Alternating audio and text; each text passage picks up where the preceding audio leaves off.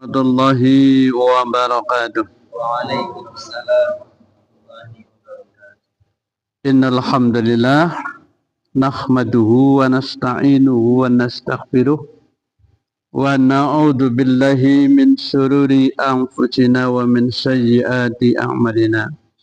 May yahdihillahu fala mudilla lahu wa may yudlil fala hadiyalah. La haula wa la quwwata illa billah. Allahumma salli ala nabiyyina Muhammad wa ala alihi wa ashabihi wa manittaba'ahu ila yaumil qiyamah. Amma ba'du. Saudara sekalian rahimakumullah, alhamdulillah kita bisa mengaji sehat semua insyaallah, dan kita gunakan kesehatan kita untuk mencari ilmu dan tazkirah. Mudah-mudahan menambah manfaat dalam kehidupan kita. Kemudian sholawat, salam untuk junjungan kita Nabiullah Muhammad sallallahu alaihi wasallam. Saudara sekalian, ada satu pembahasan di dalam tarjih, itu bab masailul khams, masalah yang 5. Masalah. Jadi apa saja masalah 5 itu yang harus dipahami dengan benar oleh warga Muhammadiyah. Ya, kita belajar tentang masalah 5. Nanti kapan kita sebetulnya ingin ada kajian tarjih rutin sebetulnya, mulai dari akidah, ini bahasanya biasanya akidah dan ibadah, supaya kita menjalankan ibadah dengan baik. Di tarjih ini sifatnya tuntunan, bukan fikih. Jadi tuntunan itu artinya kita tinggal melaksanakan, maka sifatnya ringkas dan praktis. Apa yang kita laksanakan disertai dengan dalil-dalilnya. Kita membicarakan tentang masailul khamsah, masalah yang 5. Masalah yang 5 itu apa saja? Kalau di dalam bahasa Arab itu kata 5 juga ada af'alul khamsah. Fi'il yang 5 itu punya cara pengikraban yang berbeda, kekecualian dari yang umum. Ada asmaul khamsah, ada juga nama-nama yang 5. Itu juga cara penulisan, penyebutan dan i'rabnya ada kekhususan 5 kata itu. Nah, kita akan membahas masailul khamsah, 5 hal di dalam agama kita. Apa saja itu? Yang pertama, masalah 5 itu adalah ad-din, agama. Jadi kita memahami agama ini supaya benar. Kalau dalam tarjih yang dimaksud dengan agama itu ad-dinu aidinul Islam. Ad-din atau agama Islam itu apa itu? Begitu. Jadi kalau kita bicara tentang agama atau agama Islam secara khusus, yang dimaksud ad-din itu ya dinul Islam, bukan agama yang lain. Agama samawi itu hanya ada 3, Yahudi, Nasrani, dan Islam. Nah, kalau agama Yahudi dan Nasrani kadang disebut ahlul kitab. Ya, kalau kita dinul Islam, dinul qayyim. Nah, apa itu agama? Ad-dinu aidinul Islam alladzi ja'at bihi Muhammad sallallahu alaihi wasallam, ya, wa ma anzalahu Allahu fil Quran wa maja'at bihi sunnatus sahihah minal awamir wa nawahi wal irsadat li solahil ibadati ya ibadi dunyahum wa ukhrahum. Jadi yang dimaksud dengan agama Islam ini menurut tadi memberikan definisi supaya kita nggak salah itu adalah agama Islam yang dibawa oleh Nabi Muhammad. Ya, apa yang diturunkan di dalam Al-Quran. Jadi agama Islam itu agama yang dibawa Nabi Muhammad, yang diturunkan dalam Al-Quran dan tersebut di dalam sunnah yang sahih. Kalau sekarang itu istilah sahih itu bukannya cuma lebih diperjelas. Maksud dari sahih di sini adalah yang diterima. Karena kalau dalam hadis itu sahih itu ada kategori sendiri.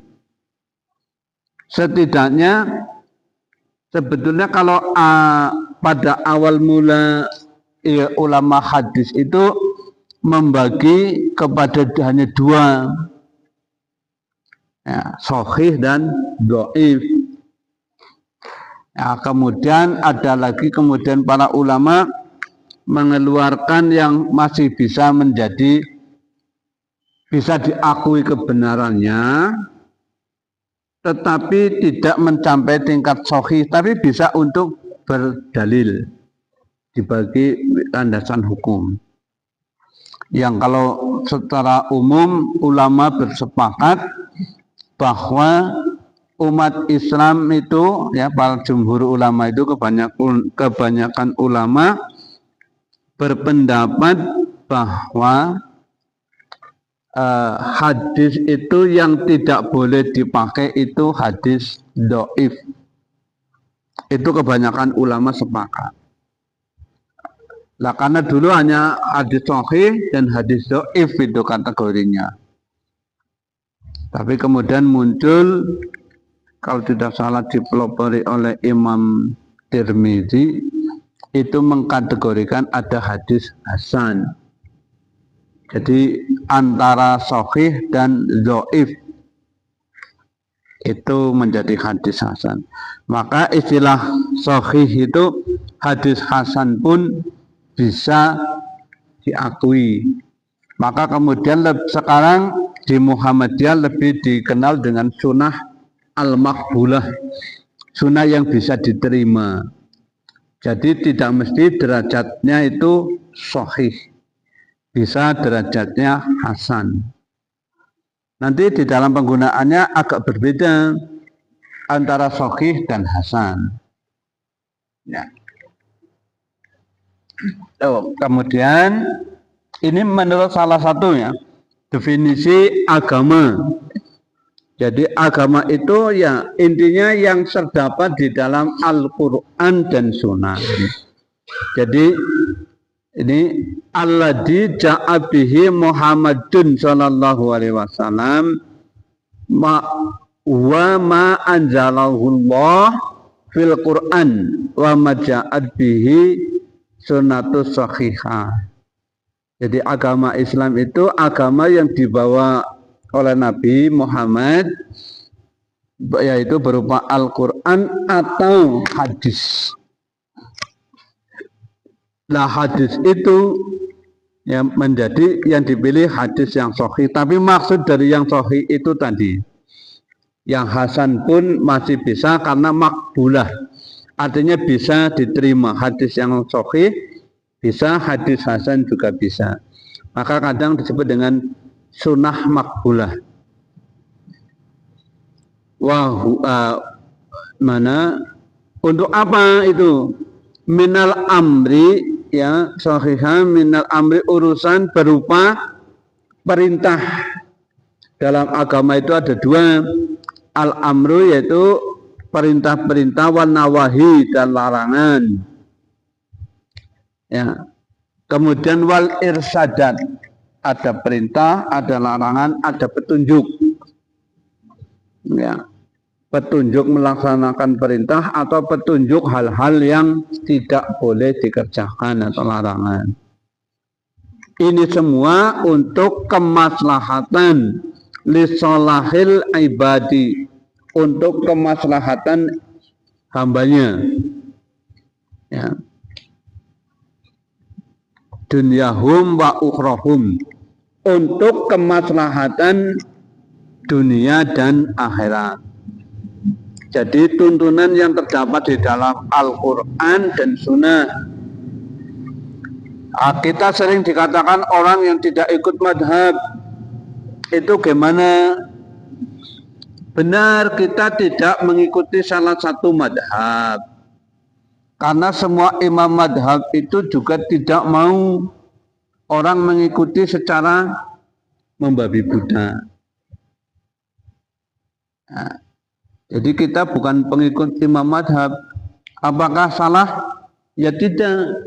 Wong zaman Nabi juga tidak ada madhab. Madhab itu muncul kira-kira abad 200, tahun 200 Hijriah. Abad itu abad kedua. Ya. Abad kedua Hijriah itu mulai muncul orang mengikuti pemikiran salah satu imam, salah satu ulama, yang kemudian mereka ikuti, mereka kaji, mereka jelaskan, bahkan mereka bela pendapat-pendapat dari umat itu, kemudian menjadi berbagai madhab. Dan madhab itu jumlahnya banyak.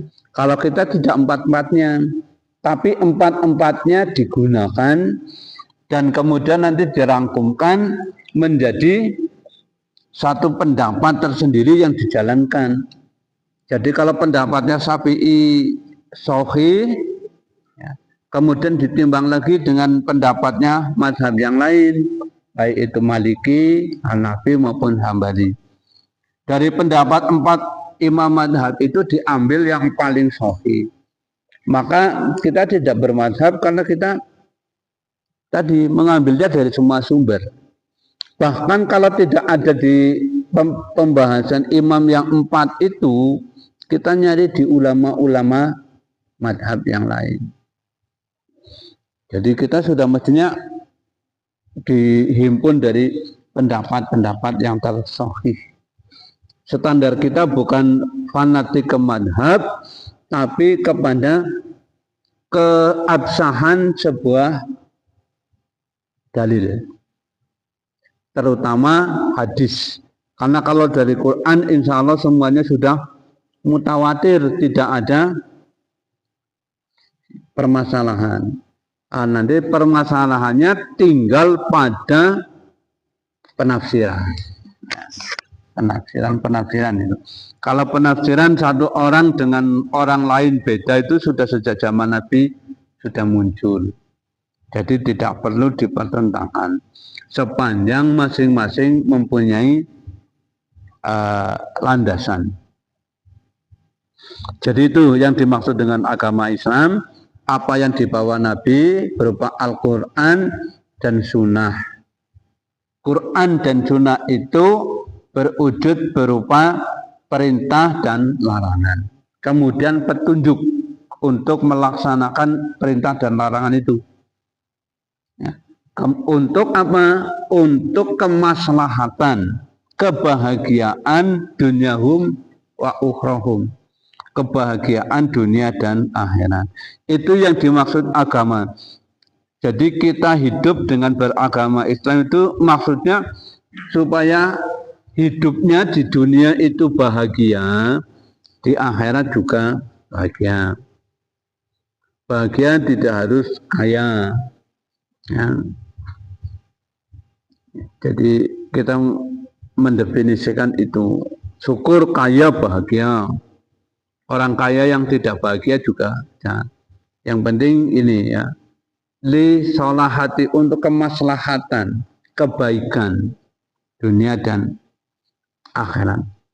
Definisi yang kedua ini, adinu huwa ma syara'ahu Allahu ala lisani anbiya'ihi minal awamiri wan nawahi wal irsadat li solahid dunyahum wa ukhrahum. Kalau menurut definisi yang kedua, ini agama secara umum, termasuk agama Nasrani dan Yahudi. Karena di sini disebutkan apa-apa yang disyariatkan oleh Allah melalui lisan nabi-nabinya berupa perintah dan larangan dan petunjuk li solahil ibadi dunyahum wa ukhrahum. Jadi kalau yang kedua ini definisi agama secara umum. Dan agama dari Nabi Adam sampai dengan Nabi Muhammad itu adalah agama Islam. Kemudian terjadi agama menjadi Yahudi atau Nasrani, itu adalah anggapan mereka, sebutan mereka. Tapi menurut Islam tadi yang definisi pertama itu bahwa ya yang selamat ya agama Islam. Beda dengan Mama Kupron, semua agama masuk surga, sudah dikapling-kapling. Ini menurut Mama Kupron kan. Kemarin baru dialog dengan malaikat Jibril, penandatanganan kontrak dengan Allah. Mama Kupron. Ya, sudah penandatanganan. Ramai sekali Mama Kupron ya. Jadi orang Yahudi itu mengambil dari, sebetulnya Yahudi itu ada dua pendapat. Ada dikatakan dinisbatkan kepada keturunannya Yahuda. Ada Yahudi itu anaknya apa? Adalah orang-orang yang bertobat. Hadu itu artinya bertobat. Taba ya tubuh, artinya lagi kembali. Nah orang yang tobat itu berapa? Al-Asbad itu yang 12 keturunannya Nabi Yakub setelah melakukan konspirasi pembunuhan terhadap Yusuf itu, ya, itu kemudian mereka membohongi orang tuanya, kemudian mereka sadar, kemudian mereka minta kepada bapaknya untuk dimintakan ampun. Mereka bertobat. Tahadu itu artinya juga begitu, orang-orang yang kembali dari kesesatan. Mudah-mudahan kita tidak tersesat, jadi tidak perlu kembali. Kemudian mereka dikatakan hadu. Tapi hadu itu ada yang mengatakan mereka dari keturunannya Yahuda. Sebetulnya keturunannya Israel itu, Nabi Yakub itu kan ada 12. Anaknya laki-laki 12, sehingga dari 12 itu menjadi 12 suku dalam Yahudi. Jangan harap kita bisa menjadi anggota atau masuk agama Yahudi. Yahudi itu ya agama klan, yang keturunan punya garis nyambung dengan, kalau yang tidak bisa. Ya, walaupun ngaku, tapi ya diakui sementara atau ditolak. Nanti kalau pas butuh pengorbanan kan ngaku-ngaku Yahudi, ya disembelih itu, dimakan gitu. Ya karena keyakinan mereka bangsa-bangsa dan umat yang lain itu diciptakan oleh Allah untuk Bani Israel. Jadi sekarang ke Israel nyembelih daerah apa? Makanya yang namanya perjanjian dengan Bani Israel itu kan nggak pernah selesai.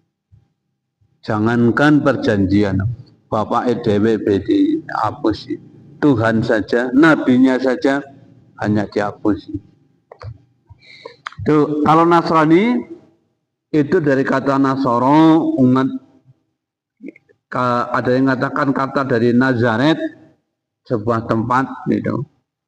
Karena mereka di situ kemudian menjadi Nasoro, artinya juga kadang berarti menolong.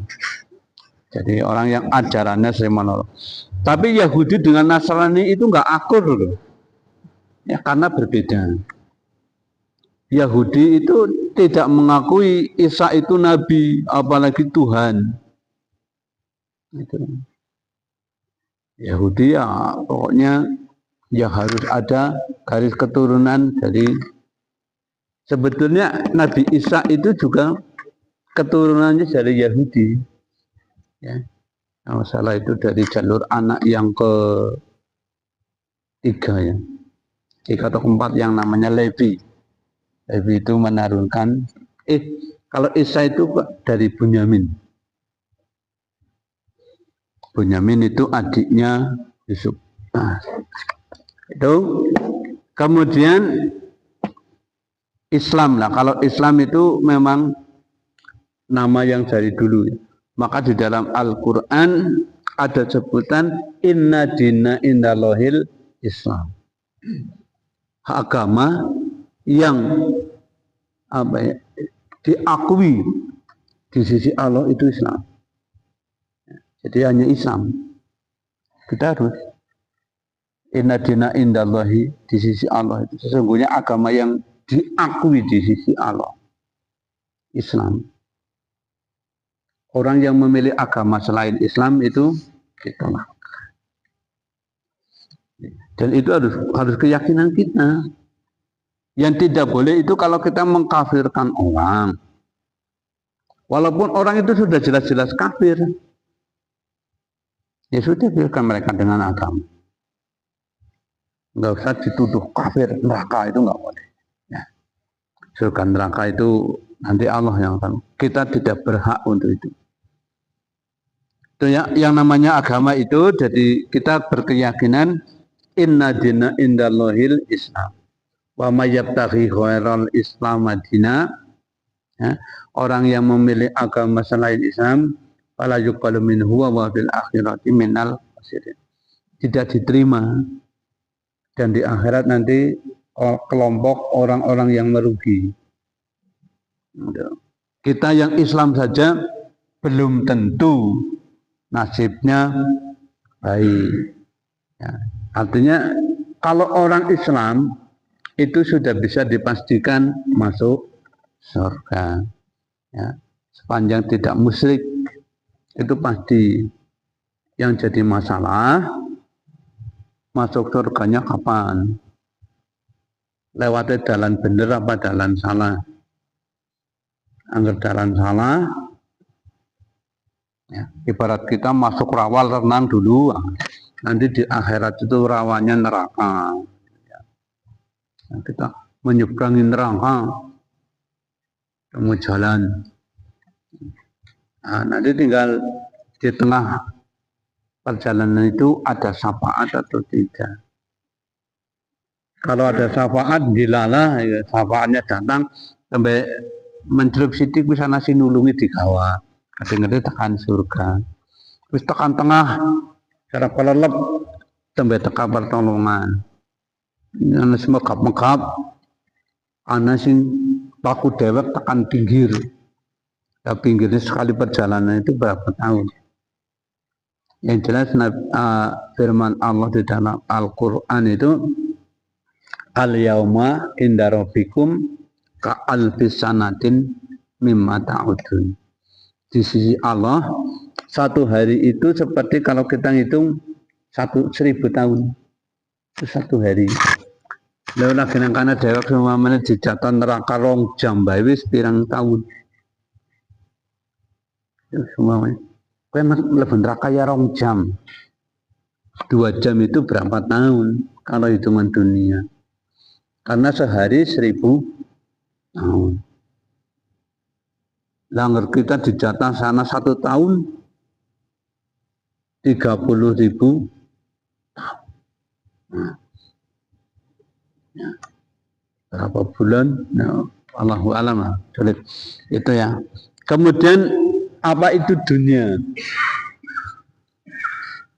Al-umuru dunya ini. Al-umuru bi amri dunya fi qaulihi sallallahu alaihi wasallam antum a'lamu bi umuri dunyakum wa huwal umurul lati lam yub'as li ajliha al-anbiya. Jadi yang namanya perkataan Nabi Muhammad itu tentang dunia itu, Nabi Muhammad bersabda antum a'lamu bi umuri dunyakum. Ini kalau tidak salah asbabul wurud hadisnya itu, Nabi itu pernah ngaru-arui orang lagi apa? Mengawinkan kurma. Jurno itu di wah dewek. Nah karena yang ngomong itu Kanjeng Nabi, orang itu menghentikan kegiatannya. Jadi kemudian ketika ada penarikan zakat, awalnya setitik ngomong, ya ini zakatnya cuma sekian, Kanjeng Nabi wong tadi mau dikawinkan tidak boleh, jadi hasil kormanya nggak bagus. Nah, menyadari itu Nabi mengatakan, pokoknya urusan pertanian kowe lebih ngeri. Antum a'lamu bi umuri dunyakum. Kalau sudah masalah keduniaan, kalian lebih tahu. Karena Nabi backgroundnya itu Mekah, tanahnya tandus, orangnya itu hampir tidak ada yang tani. Jadi Nabi nggak paham. Beda dengan Mekah, ya dengan Madinah, itu tanah yang subur dan banyak pertanian. Jadi Nabi tidak punya background pertanian. Tapi barangkali menurut Nabi, lawang Gusti Allah wis kawin dan Madinah ora usah datang wah dewek. Hanya mengalami penurunan, kemudian Nabi ya wis urusan dunia kamu lebih tahu. Jadi yang dimaksud dengan dunia itu di sini, tapi di kemudian wal umuru allati lam yub'as li ajri hal anbiya. Urusan dunia itu urusan yang Nabi itu tidak diutus untuk itu. Lah Nabi diutus itu untuk apa? Untuk ibadah, akidah dan ibadah. Nah kalau sudah berkaitan dengan ibadah dan keyakinan, itu kita tidak boleh berkreasi. Kreasi itu dalam bahasa Inggrisnya bid'ah. Ya. Apa? Berkreasi ya. Ya kreasi. Itu bid'ah. Nggak boleh. Contohnya, sebetulnya sepanjang di situ tidak menentukan tata cara tertentu, kemudian syarat tertentu dan diyakini tertentu, yang itu diambil tidak ada dalilnya dari Nabi, itu menjadi tidak boleh. Contohnya, Maulud Nabi itu sebetulnya aslinya ya mubah-mubah saja. Artinya mubah itu ya boleh, melaksanakan boleh, tidak melaksanakan boleh. Yang menjadi tidak boleh kalau ada tata cara tertentu. Nah, kalau Nabi nanti kalau kita pas membaca ayat ini apa, sholawat ini, pada kalimat ini kita berdiri dengan keyakinan arwah Nabi. Nah, tata cara ini menjadi tidak boleh karena tidak ada dasarnya. Kadang-kadang kita membaca sholawat tertentu, apa itu masalah sholawatnya. Nah nanti pada bacaan tertentu tadi kan ada kadang di satu daerah lah itu dengan keyakinan tata cara begitu, menetapkan tata cara begitu itu harus dengan dalil. Ini kalau yang dipahami di Muhammadiyah. Nah, kalau tidak ada dalilnya tidak boleh. Tapi kalau kita besok pas bulan Maulud kita mengadakan pengajian akbar yang datang semuanya Din Samsudin buat panitia, ya orang Din Samsudin kesini ngaji, ya mubah-mubah saja. Itu pahalanya berapa? Ya pahalanya pahala kita menuntut ilmu. Bukan kalau mandat, kan ada mereka membacakan kalau kita cinta Nabi itu nanti apa didekatkan dengan Nabi dan bagaimana keutamaannya. Jadi keutamaannya ya kita menuntut ilmu, mendapat ilmu begitu. Mendengarkan ilmu, saling silaturahim. Jadi tidak ada tata cara tertentu, di situ tidak muncul keyakinan tertentu. Contohnya saja dalam sholat. Dalam sholat itu orang salaman setelah sholat. Secara umum boleh. Orang selesai sholat jangankan hanya salaman, madang saja boleh. Assalamualaikum, assalamualaikum terus madang, boleh. Anggar lagi seneng jungkir balik ya uli. Ya betul. Wong sudah habis sholat kok. Apalagi salaman, boleh. Yang tidak boleh itu menganggap bahwa salaman itu salah satu hal yang disunahkan sesudah sholat. Karena tidak ada dasar hukumnya. Bahkan cenderung mengganggu karena lagi khusus doa ada salaman di situ. Itu menjadi tidak bolehnya di situ. Bukan salamannya. Saya sholat begitu assalamualaikum kan lama sholat ketemu salaman boleh. Tapi tadi di situ tidak ada keyakinan apapun. Keyakinan ketemu kan saya salam. Kalau kita sampai mengatakan itu kan hal yang baik. Terus pertanyaannya, loh apa Nabi masih kurang baik? Atau Nabi masih menyembunyikan kebaikan? Kan menjadi dosa itu. Tapi pada intinya orang setelah sholat itu boleh. Salaman sesudah sholat boleh enggak? Ya boleh. Ya enggak boleh tadi menentukan disunahkan atau setidaknya katakanlah wong kita sudah apa? Sudah dosa kita dengan Allah itu sudah hapus dengan sholat. Kita kanan kiri ya dosa kita dengan sesama manusia itu dihapuskan. Itu kan pendapat. Padahal Nabi idan sorofa minas sholati fakul ya astagfirullah alasan. Kalau kamu sudah selesai sholat, maka yang diutamakan sesudah itu istighfar 3 kali. Ya bukan kata lain, itu ada perintahnya Nabi. Jadi maka kita setelah selesai sholat istighfar. Bukan hal yang lain selesai. Dan sorofa. Kalau sudah selesai istighfar 3 kali. Kalau tidak istighfar apa? Ya orang mengikuti Nabi. Dosa ndak? Ya enggak. Wong yang wajib itu sholat. Mungkin barangkali kita merasa sudah tidak punya dosa sehingga tidak perlu istighfar. Dan kurang ajar lah ya. Orang tidak mau istighfar itu kurang ajar.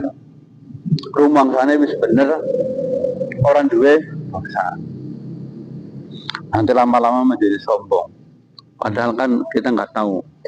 Jadi ini tentang dunia. Yang pokoknya urusan-urusan penetapan dengan tata cara ibadah berkeyakinan itu tidak masuk situ. Jadi urusan lain.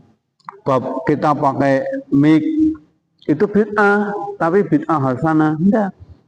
Muhammadiyah itu memahami yang namanya bid'ah ataupun bukan bid'ah itu pada hal agama, seperti akidah dan ibadah.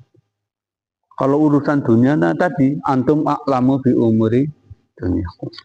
Orang kan kadang kok Wahabi anggar menghaji numpak onta.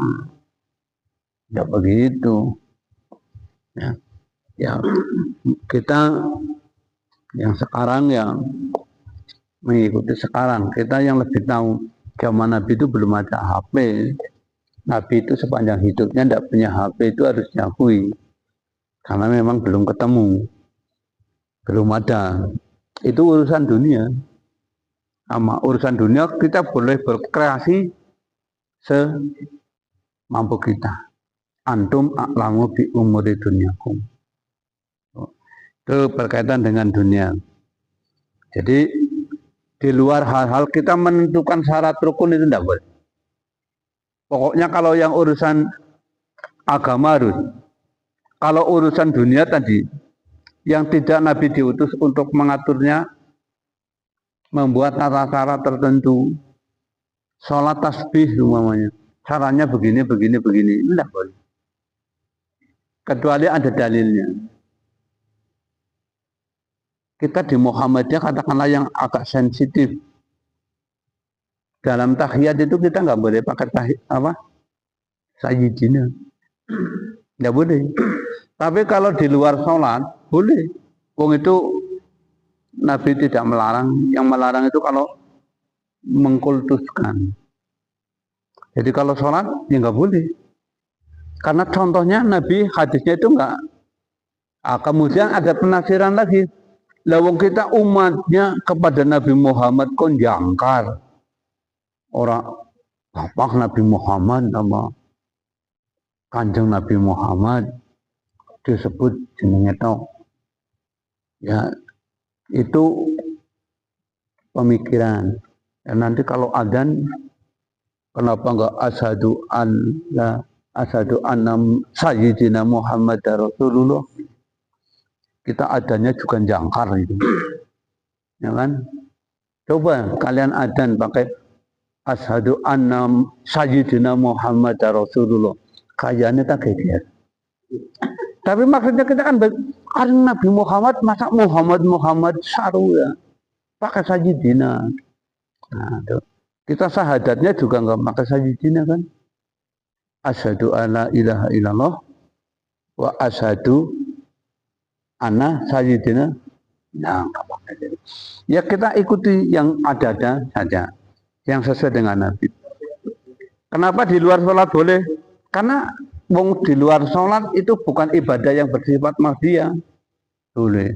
Termasuk kreasi syahadat sholawatan sepanjang isinya tidak kepada kesirikan dan pengkultusan kepada Nabi. Nah, kemudian jam sana ya, tekan jam sana ya.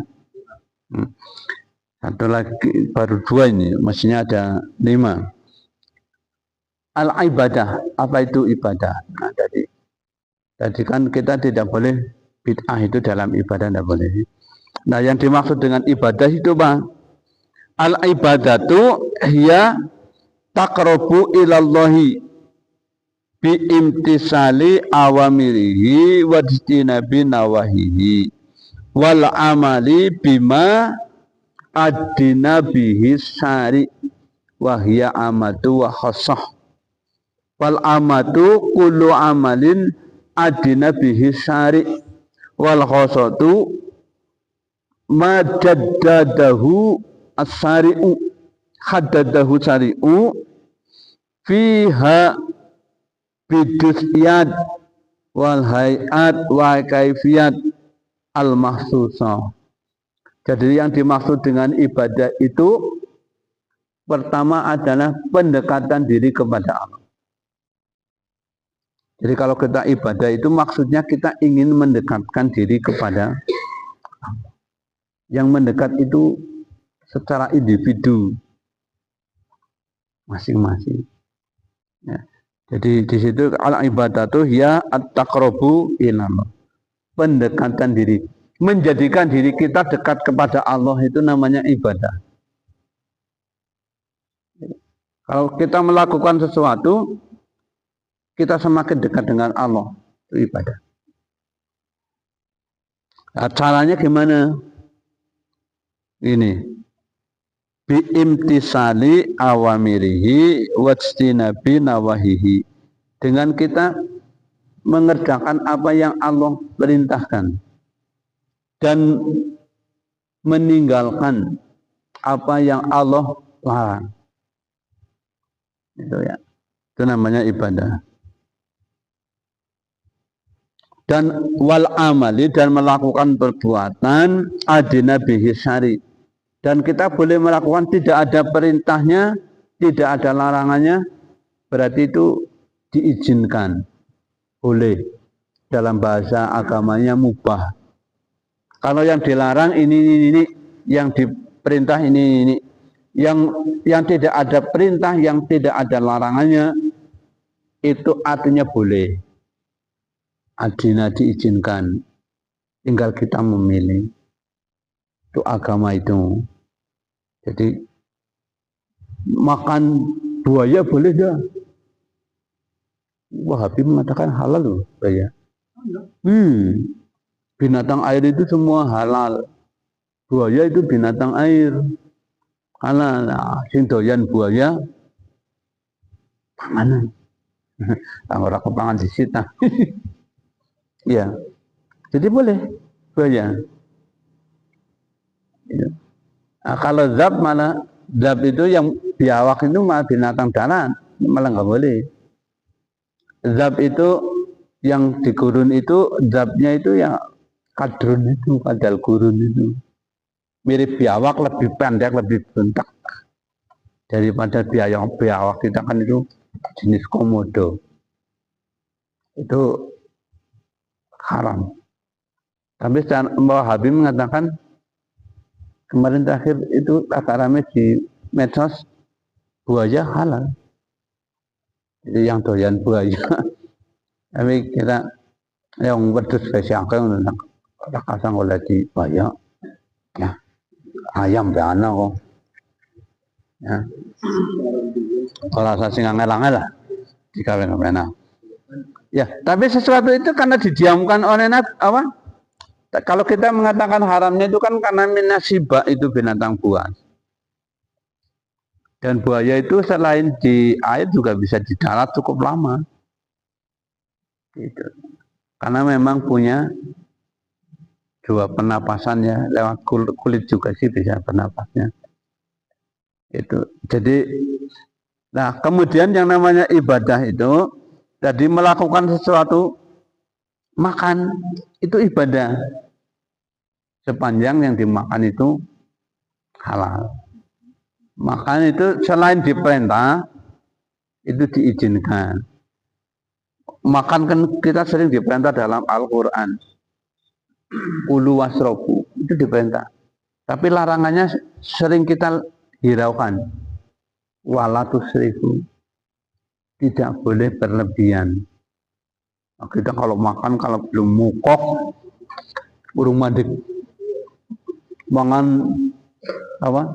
Duren, urung mabok, urung mandek. Padahal secara akhlak itu kalau kita makan antop itu sudah terasa sampai di leher, itu sudah haram, melanggar larangan. Ini secara akhlak para ahli tasawuf. Karena tadi meninggalkan larangan. Makan kan diperintah, tapi di situ ada larangannya. Walatusrifu, tidak boleh berlebihan. Tapi kan kita ya tadi anggur mangan dong enak, sate yang ngasekan kolesterol naik, darah tinggi naik ya. Orang emut ya itu.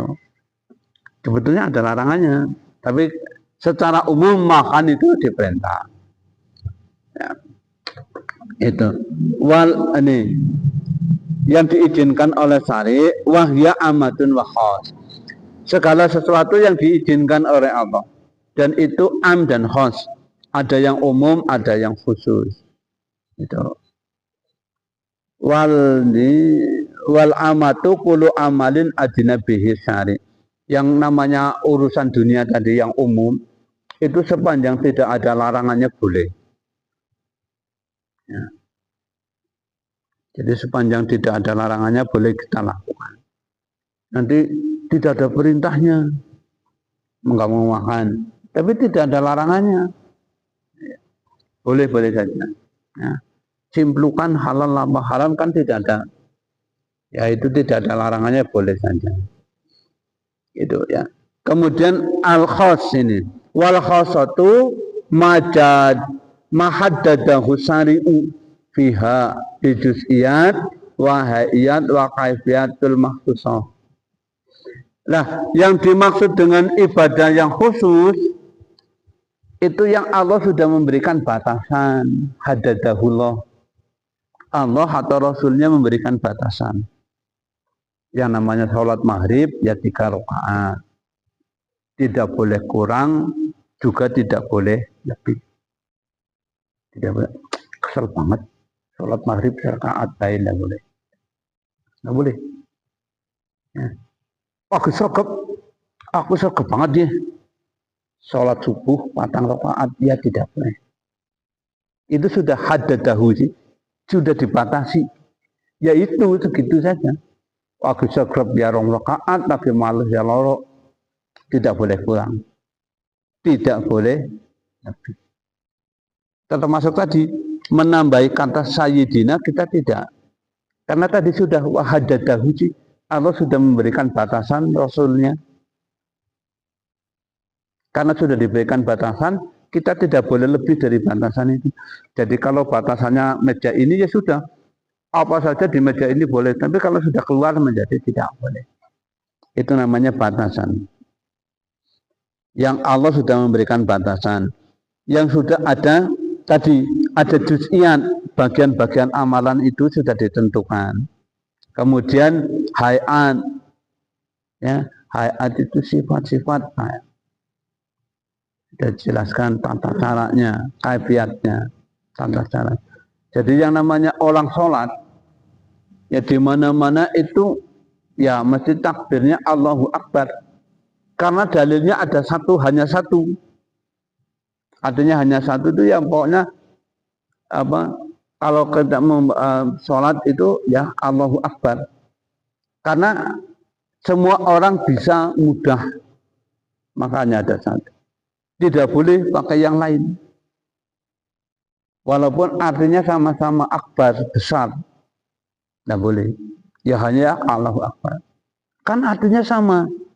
Tidak boleh. Pakai bahasa selain Arab tidak boleh. Karena sudah ada batasannya, kaifiatnya. Haji ya hanya boleh ke Mekah. Tidak boleh ke tempat lain. Dan hanya boleh di bulan-bulan haji. Ya nanti kita coba berpikir, hajinya tidak di bulan haji.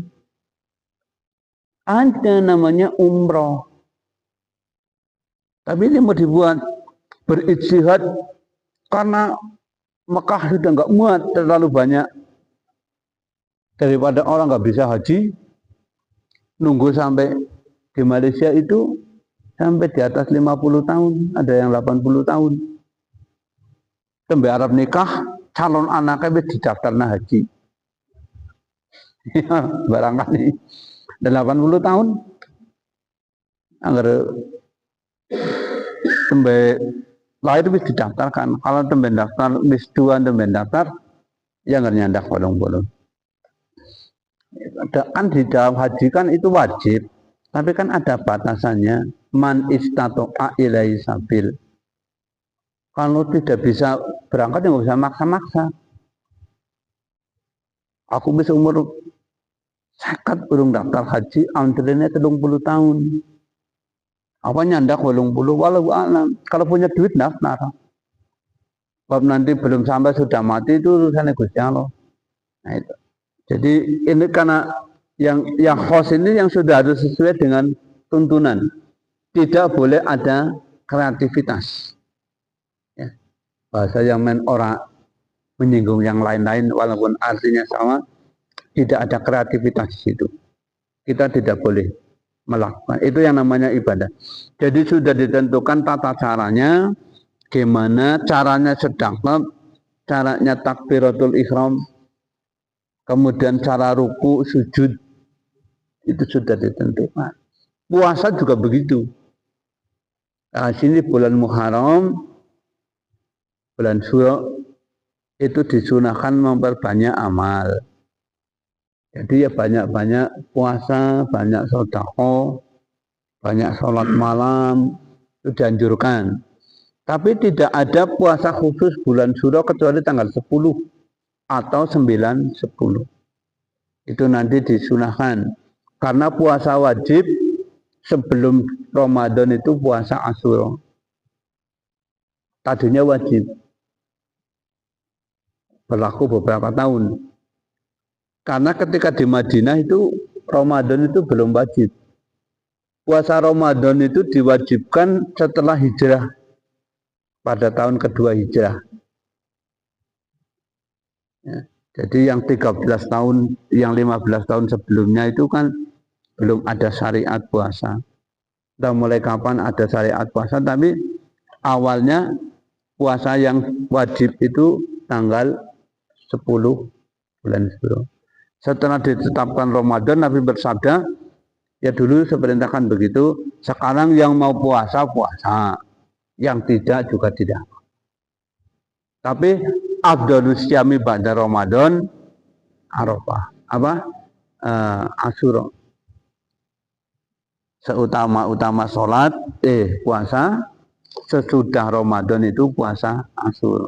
Jadi intinya yang namanya ibadah ada dua, ibadah umum dan khusus. Umum yang serba boleh, kecuali yang dilarang. Nah, kalau yang khusus, semuanya serba dilarang, kecuali yang diperintah. Itu khusus. Puasa boleh enggak? Ya boleh. Kecuali yang diperintah. Maka kita tidak boleh sembarangan puasa. Harus ada dalilnya. Sholat boleh enggak? Enggak boleh. Kecuali yang diperintah. Oh, sholat boleh kan bisa buat sholat sendiri. Kecuali yang diperintah. Jam 9 pas. Itu saja. Baru sampai 3, insya Allah yang ini tidak terlalu. Yaitu masalah sabilillah itu apa. Dan qiyas. Muhammadiyah itu memakai qiyas juga. Tapi qiyas itu salah satu dari ijtihad. Tapi sumber hukumnya, qiyas itu bukan sumber hukum. Sumber hukum Quran dan Sunnah. Qiyas itu salah satu memahami dan mengambil hukum dari Al-Quran dan Sunnah. Itu baru qiyas. Nanti selain qiyas kan ada maslahat mursalah, kemudian istishab, begitu banyaklah lagi yang saya sendiri tidak terlalu memahami tentang cara berijtihad. Itu saja, mudah-mudahan bermanfaat. Nanti kapan kita coba kaji tarjih tentang mulai dari akidah dan ibadah, karena ini tuntunan kita supaya kita ya, benar, setidaknya menurut dalil-dalil yang ada kita mendekatkan itu. Nasrul minallah wa fatun qarib. Assalamualaikum warahmatullahi wabarakatuh.